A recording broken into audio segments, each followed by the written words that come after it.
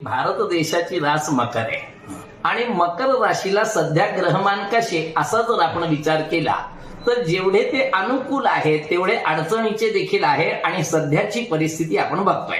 पाकिस्तानचा आणि भारताच्या ग्रहांचा जर आपण विचार केला तर निश्चितपणे भारताचे ग्रह सध्या उत्तम आहेत, उच्चचे आहेत.